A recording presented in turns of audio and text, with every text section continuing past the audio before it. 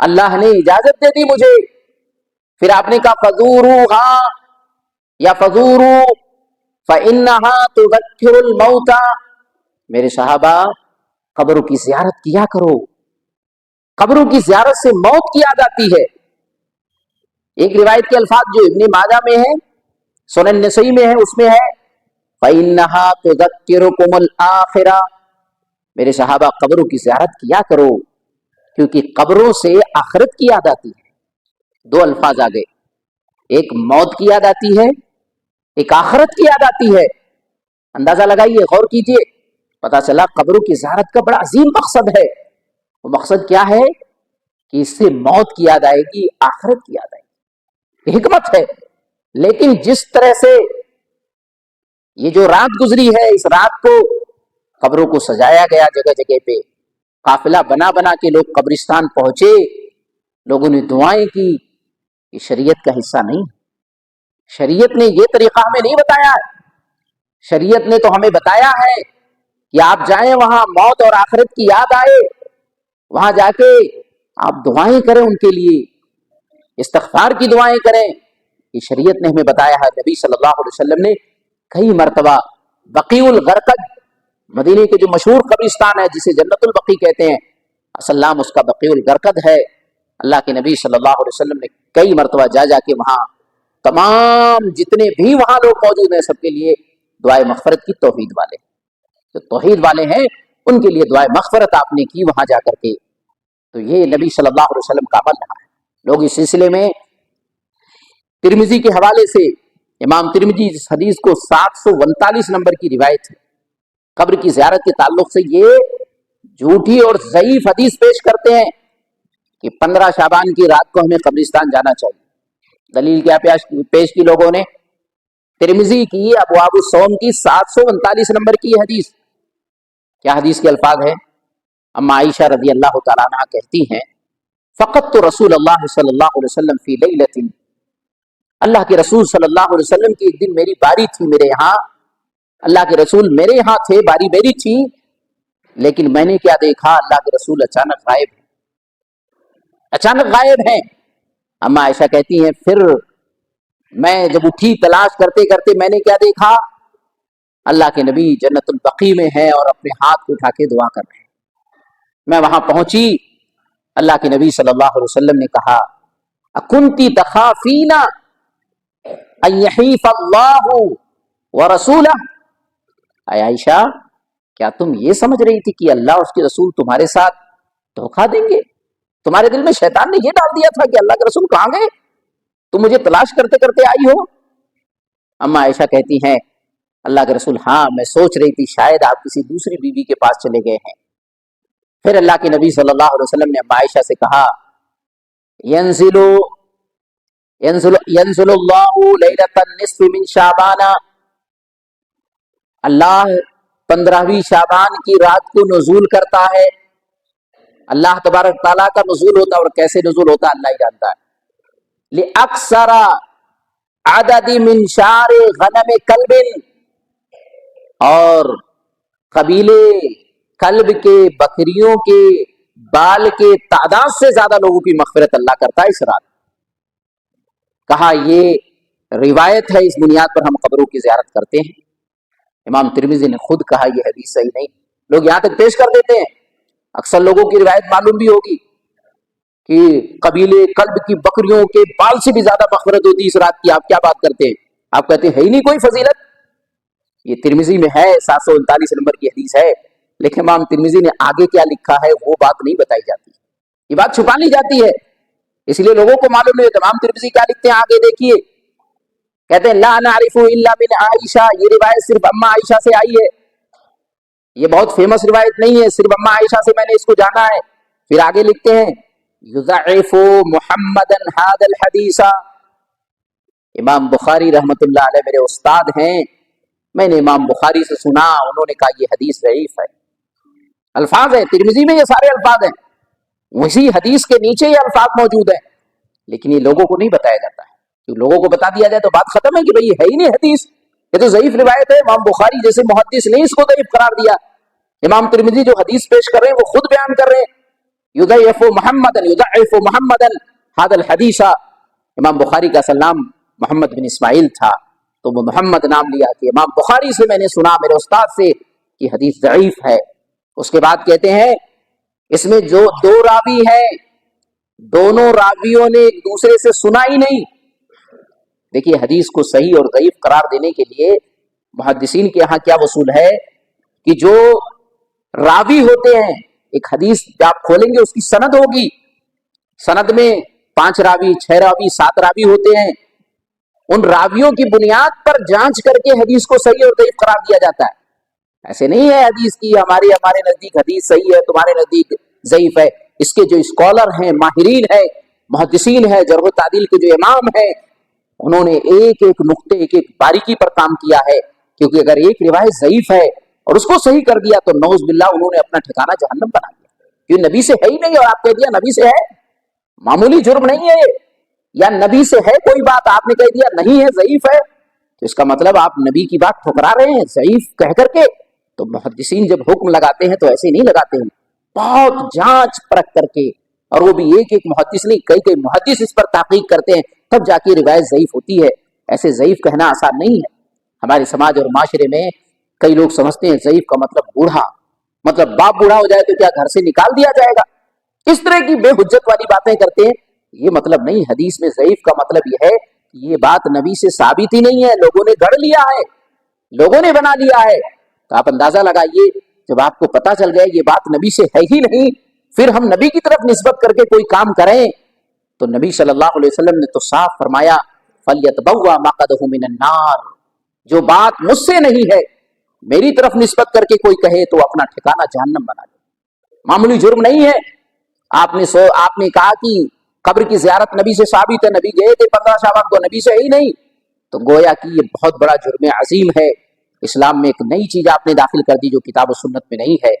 تو یہ کہتے ہیں دو راوی ہیں، یحییٰ بن کثیر اس میں ایک راوی ہے، ایک حجاج بن ارطات ہے، یہ حجاج بن ارطات یحییٰ بن کثیر سے انہوں نے نہیں سنا، اور یحییٰ بن کثیر کے بعد عروہ ہے ایک راوی، عروہ سے یحییٰ بن کثیر نے نہیں سنا۔ جب سما نہیں ہے، آپ اندازہ لگائیں کہ آپ کسی سے کہیں کہ میں نے یہ بات ان سے سنی، اور تحقیق چلا کہ وہ تو کہیں اور ہے، آپ کہیں اور، آپ کی زندگی میں ملاقات ہی نہیں ہے، آپ نے سنا ہی نہیں ہے، تو آپ کی بات 100% جھوٹی ہوگی کہ آپ نے تو سنا ہی نہیں۔ وہ دور بھی موبائل کا نہیں تھا، انٹرنیٹ کا نہیں تھا، کہہ سکتے تھے کوئی میسج آ گیا ہوگا انٹرنیٹ سے، سوشل میڈیا کے تھرو، یہ بھی بات نہیں تھی۔ کہیں اور محدث ہے، اس کا کوئی اور زمانہ ہے پیدائش کا، اس کا زمانہ یہ ہے، آپس میں ایک دوسرے کا وقت نہیں، پیدا ہی نہیں ہوئے، اور کہہ رہے میں نے سنا، تو اس بنیاد پہ حدیث ضعیف مانی جاتی ہے۔ ایک گہرائی ہے حدیث کے سلسلے میں جسے ہم تمام مسلمانوں کو جاننا بے حد ضروری ہے۔ آج جو گمراہی ہے امت مسلمہ میں، اس گمراہی کا سبب یہ ہے ہم سمجھتے ہیں حدیث ہے، لیکن حدیث کیسی ہے، ضعیف ہے کہ موضوع ہے، صحیح ہے، یہ میں نہیں بتایا جاتا ہے۔ اس وجہ سے آدمی خوش فہمی میں مبتلا ہے کہ ہاں صاحب حدیث تو مول صاحب نے بتا دیا، عالم صاحب نے حوالہ دے دیا، حوالہ کہاں کا ہے، حوالہ صحیح ہے کہ نہیں ہے، یہ حدیث ہے صحیح کی ضعیف ہے، یہ ساری باریکی ہے اس میں۔ جب تک یہ باریکی ہم نہیں دیکھیں گے، جب تک دین کو ہم نہیں سمجھ پائیں گے، کہ میرے نبی نے کہا تھا 73 فرقے ہوں گے، جنتی صرف ایک ہوگا، 4 نہیں۔ ہمارے یہاں لوگوں نے 4 بنا لیا، نبی نے تو کہا کہ کلہم فی النار الا واحدہ، ترمذی کے بڑے صاف الفاظ ہیں کہ لوگوں جنتی صرف ایک ہوگا۔ لوگوں نے فوراً سوال کیا، یعنی صحابہ تھے، کہا اللہ کے رسول وہ کون؟ کہا جو میرے اور میرے صحابہ کے طریقے پہ ہوگا، یعنی کتاب و سنت کو لے کے چلنے والا ہوگا، کیونکہ شریعت وہی ہے جو قرآن میں ہے، شریعت وہی ہے جو صحیح حدیث میں ہے، شریعت وہی ہے جس پر صحابہ نے عمل کیا ہے۔ اگر اس منہج، اس راستے، اس طریقے کو ہم چھوڑ دیے تو کبھی ہدایت نہیں پا سکتے ہیں۔ تو خلاصہ یہی نکلا کہ رات جو قبرستان جانے کا معاملہ ہے، یہ بھی شریعت سے ثابت نہیں۔ قبرستان جائیے، کبھی بھی جائیے، کس وقت بھی جائیے، لیکن مخصوص کر کے اس رات جانا ہے، کتاب و سنت میں ایسی کوئی چیز ثابت نہیں ہے۔ یہ وہ خاص باتیں تھیں جو اس رات کے تعلق سے تھی، میں نے وضاحت کر دی۔ اب 1-2 منٹ میں آج کے دن کو لے کر کے بھی میں وضاحت کر دیتا ہوں۔ آج کا دن انگریزوں کے اعتبار سے، افسوس مسلمان بھی تو شامل ہو گئے، انگریزوں نے آج کا دن بے حیائی کا دن کا نام دیا۔ 14 فروری اس کا نام باقاعدہ ویلینٹ ڈے کا نام سے منایا جاتا ہے، یعنی بے حیائی کا دن آپ سمجھ لیجئے، نام بھی انگریزوں کا نام ہے۔ اس کے پیچھے ہسٹری کیا بتائی گئی کہ ایک ویلین نام کا شخص تھا، ویلین نام کے شخص کو مذہب کی تبدیلی میں بند کیا گیا. جو اس کے ماہرین ہیں انہوں نے لکھا ہے، جو ہسٹری لکھنے والے ہیں، کہ اس شخص کو قید میں ڈال دیا گیا، اور قید کے اندر ہی جو قید جیلر تھا، جیلر کی بیٹی سے اس کو محبت ہو گئی تو اس کو پھانسی دیا گیا. اس نے ایک محبت کا لیٹر اس کو لکھا، وہ 14 تاریخ تھی، تب سے یہ دن منایا جانے لگا. ڈے ہے نا، جتنے بھی ڈے ہیں، مادر day, father day, teacher day, یہ سب ڈے انہی کا ہے، مسلمانوں کا نہیں. لیکن افسوس مسلمان ہی سب کچھ کر رہے ہیں، یہ سارا مسلمان کر رہے ہیں. آج کے دن سب سے زیادہ پھول بکتا ہے اور مسلمان ہی خریدتا ہے. یہ فضول خرچی نہیں ہے. آج کے دن بے حیائی کے نام سے ہم پھول خریدیں، اپنے بچوں کو کالج اور اسکول میں ہم بیچ رہے ہیں، بچیوں کو آج کے دن بھیج رہے ہیں، باقاعدہ بچی پیسے لے کے جا رہی ہے، باقاعدہ پوری تیاری کے ساتھ جا رہی ہے، ہم بھیج بھی رہے ہیں، بیٹی یہ لو آج کا دن ہے، آج ایک دوسرے کو تمہیں دینا ہی پڑے گا گفٹ. یہ گفٹ ہم کیوں دے رہے ہیں؟ کیا اللہ نے قرآن میں نہیں کہا ان المبذرین کانوا اخوان الشیاطین، کہ جو فضول خرچے کرنے والے وہ شیطان کے بھائی ہیں؟ سورۃ الاسراء جو 17 نمبر کی سورہ ہے، آیت نمبر 27 دیکھیے. فضول خرچی کہیں بھی آپ کریں، اسلام نے کہا وہ شیطان کے بھائی ہیں. وَكَانَ الشَّيْطَانُ لِرَبِّهِ كَفُورًا، شیطان ناشکرا ہے اللہ کا، یہ کبھی آپ کا دوست نہیں ہو سکتا، یہ ناشکرا ہے، آپ کو ناشکرا ہی بنا کے چھوڑے گا. شیطانی کام ہم کریں گے تو شیطان ہی بنیں گے، کبھی ہم انسان نہیں بن سکتے ہیں. اس لیے ہماری اور آپ کی ذمہ داری ہے ایسے موقع پر کہ یہ بے حیائی کا جو دن ہے، جسے محبت کا نام دیا گیا، یہ خوبصورت نام دے کر کے پھیلایا جاتا ہے. ہمارے بچے اور بچیاں خاص طور سے جو کالج میں پڑھتے ہیں، اس بے حیائی کو کرتے ہیں، انہیں خالص توبہ کرنا چاہیے. اور ہماری اور آپ کی ذمہ داری اس کو ختم کریں، اپنے بچے اور بچیوں کو نصیحت کریں، بتائیں ان کو خاص طور سے کہ بیٹا یہ بے حیائی کا دن ہے، برائی کا دن ہے. ایک دوسرے کو نہ تو مبارکبادی دینا ہے، نہ ایک دوسرے کو گفٹ اور پھول دینا ہے. آج کا دن اسلام نے ہمیں سختی سے منع کیا ہے، کیا وَتَعَاوَنُوا عَلَى الْبِرِّ وَالتَّقْوَىٰ وَلَا تَعَاوَنُوا عَلَى الْإِثْمِ وَالْعُدْوَانِ. سورہ مائدہ جو 5 نمبر کی سورہ ہے، آیت نمبر 2 کا یہ ٹکڑا ہے.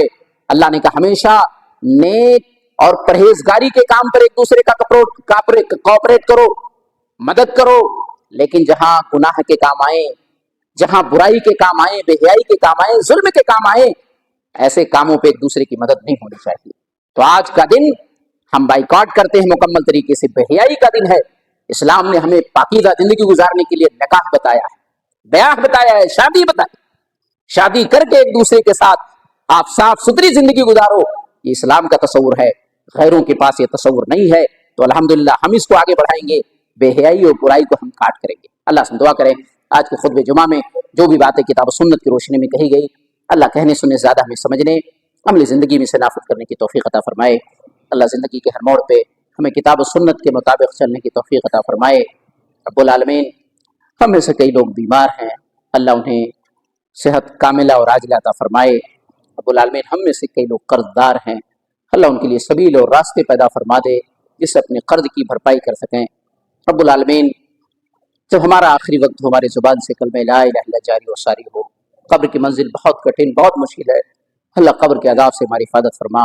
ہمارے آباء و اجداد جو توحید پر قائم دائم تھے، اللہ ان کی قبروں کو نور سے منور کر دے، ان کے لغزشوں کو، ان کے گناہوں کو معاف فرما دے.